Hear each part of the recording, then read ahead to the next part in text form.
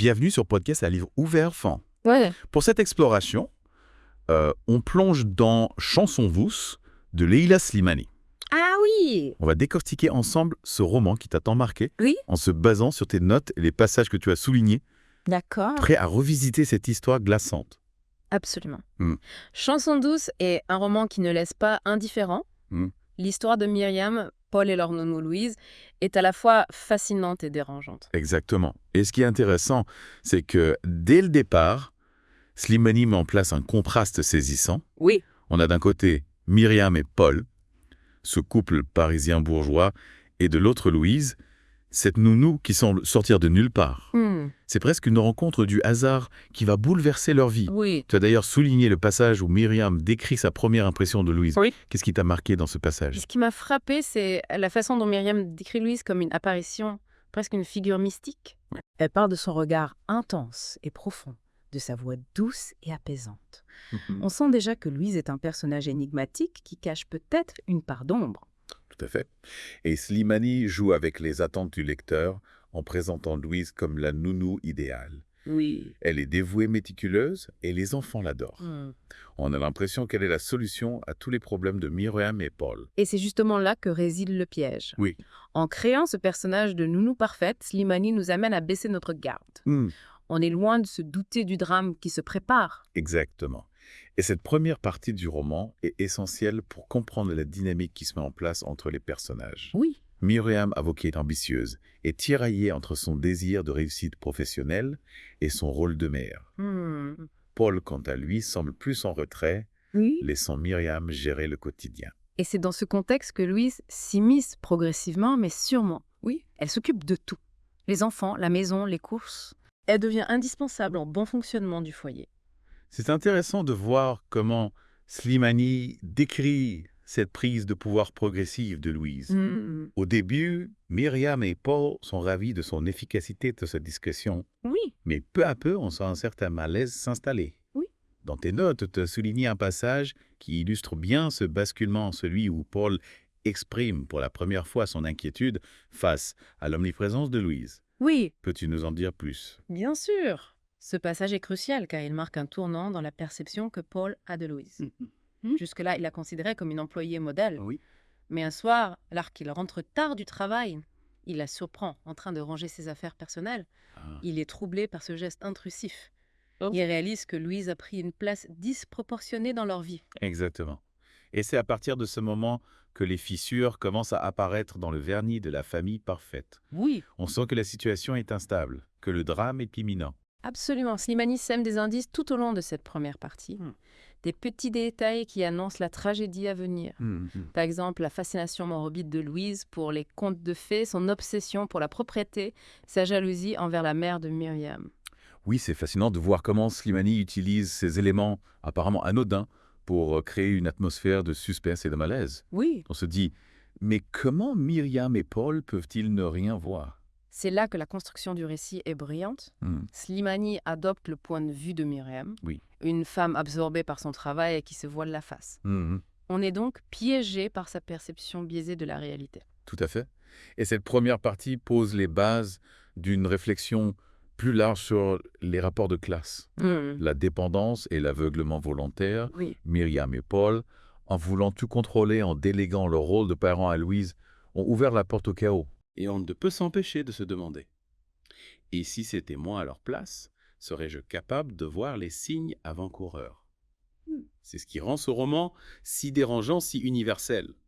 Avant de passer à la deuxième partie du roman, je voudrais revenir sur un point que tu as mentionné dans tes notes, la description du Paris bourgeois par Slimani. Tu trouves qu'elle joue un rôle particulier dans l'intrigue? Absolument. Slimani dépeint un Paris froid, impersonnel, où les apparences sont primordiales. Oui. L'appartement démassé, avec sa décoration minimaliste et ses murs blancs immaculés, devient le symbole de cette vie superficielle et aseptisée. C'est vrai. Et ce décor aseptisé contraste avec l'intensité des émotions qui bouillonnent sous la surface. On sent que derrière cette façade de perfection se cache une profonde solitude, une angoisse sourde. Et c'est dans ce terreau fertile que la folie de Louise va pouvoir s'épanouir. La deuxième partie du roman nous plongera au cœur de cette descente aux enfers. On a laissé Myriam et Paul face à leurs premières inquiétudes vis-à-vis de Louise. Dans cette deuxième partie du roman, Slimani explore plus en profondeur le passé de cette femme énigmatique. Oui. On découvre une vie marquée par la précarité, la violence conjugale et la perte douloureuse de la garde de sa fille Stéphanie. Oui, c'est un moment clé du roman. En découvrant son histoire, on commence à comprendre les motivations de Louise, son attachement presque maladif aux enfants démassés. Tu avais souligné un passage particulièrement poignant dans tes notes. Oui. Celui où Louise se remémore sa fille. Qu'est-ce qui t'a touché dans ce passage? Ce passage est bouleversant car il montre la profonde solitude de Louise, son désespoir face à la perte de son enfant. Oui. Slimani utilise des mots simples mais d'une force incroyable pour décrire la douleur de cette mère privée de sa fille. On comprend que l'attachement de Louise à Mila et Adam est une tentative désespérée de combler ce vide affectif. C'est vrai. Et ce besoin viscéral de materner se transforme peu à peu en obsession. Oui. Louise accapare les enfants, les isole de leurs parents. On voit bien cela dans l'épisode au jardin d'acclimatation que tu as également mentionné dans tes notes. Oui, cet épisode est significatif car il révèle la face sombre de Louise.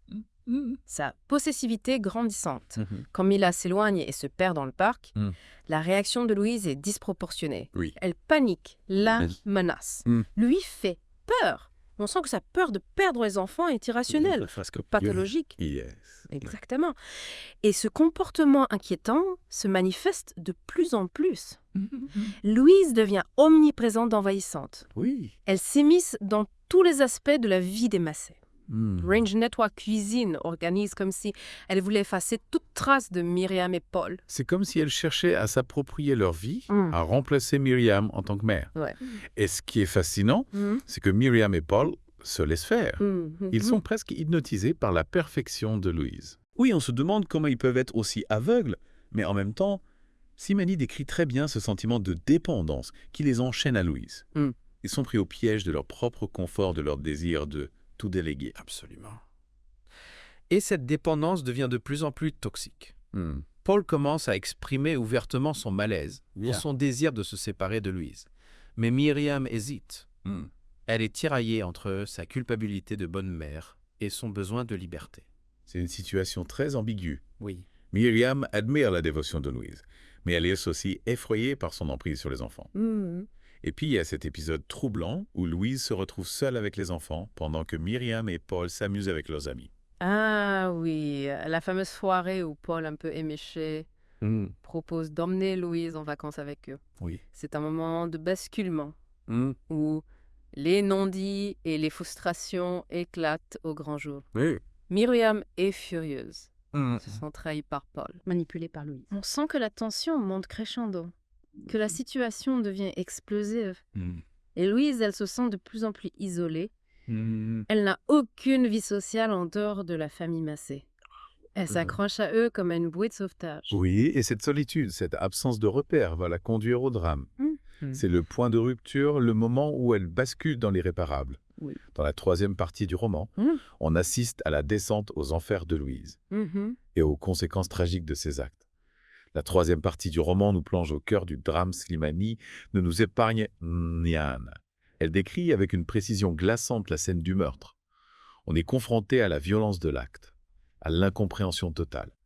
C'est un moment terriblement difficile à lire et je me souviens que tu avais marqué ce passage d'une croix dans tes notes. Qu'est-ce qui t'avait particulièrement bouleversé? C'est l'absence de justification, le silence de Louise qui me hante. Slimani ne nous donne aucune explication, aucun mobile clair. Louise reste mythique enfermée dans sa folie. Et face à ce silence, on est forcé de se confronter à nos propres peurs, à l'idée que l'irrationnel peut frapper à tout moment. Oui, c'est un silence assourdissant qui en dit long sur l'état mental de Louise. On comprend qu'elle a atteint un point de non-retour, que son geste est le fruit d'une longue descente aux enfers. Mais Slimani ne la présente pas comme un monstre. Au contraire, elle nous invite à la comprendre, à voir en elle une victime de la solitude, de la précarité, de l'indifférence de la société. C'est vrai. Et le roman prend alors une dimension sociale très forte. Slimani dénonce les conditions de travail des nounous, ces femmes invisibles qui s'occupent de nos enfants souvent au détriment de leur propre vie. Louise n'est pas un cas isolé. Elle est le symbole de toutes ces femmes exploitées, oubliées, réduites au silence. Absolument. Et ce qui est frappant, c'est le contraste entre le silence de Louise et le bruit médiatique qui suit le drame soudain. Tout le monde s'intéresse à cette femme, à son histoire. Mais il est trop tard. Le mal est fait. Et Slimani ne lui donne pas de réponse facile. Elle nous laisse face à nos questions, à nos contradictions. On se demande Naf de Sosta qui est vraiment responsable. Les parents qui ont délégué leur rôle, la société qui exploite ces femmes. Louise, elle-même prisonnière de sa folie. Chanson douce est un roman qui dérange, parce qu'il nous renvoie à nos propres responsabilités. Il nous force à regarder en face les injustices de notre société, les failles de notre système. Et il nous rappelle que derrière chaque visage se cache une histoire, une souffrance, une humanité qu'on ne peut ignorer. C'est une lecture bouleversante qui nous marque durablement. Et je suis curieux de savoir ce que cette relecture t'a apporté. As-tu découvert de nouveaux éléments? Ta perception de Louise a-t-elle évolué? Oui, absolument. En relisant le roman avec tes notes, j'ai été frappée par la subtilité de l'écriture de Slimani. Elle distille des indices tout au long du récit, des petits détails qui prennent un nouveau sens après le drame. On comprend que la folie de Louise était déjà la tapis dans l'ombre, attendant le moment propice pour éclater. C'est vrai. Et ce qui est fascinant, c'est que, malgré la violence du sujet, Slimani parvient à créer une atmosphère de suspense incroyable. On est happé par le récit. On veut comprendre ce qui va se passer, même si on redoute le pire. C'est la marque des grands romanciers. Slimani nous offre une plongée dans la psychologie humaine, avec ses zones d'ombre, ses contradictions. Et elle le fait avec une justesse, une sensibilité qui nous laisse sans voix. Chanson douce est un roman qui nous hante longtemps après l'avoir refermé. On repense aux personnages, à leur destin tragique, à l'atmosphère suffocante du récit.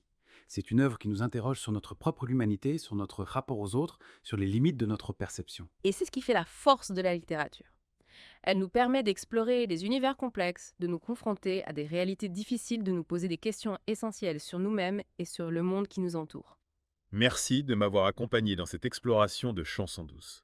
J'espère que ce podcast t'a permis de redécouvrir ce roman sous un nouvel angle et d'approfondir ta réflexion sur les thèmes qu'il aborde. Avec plaisir. C'était une discussion passionnante et enrichissante.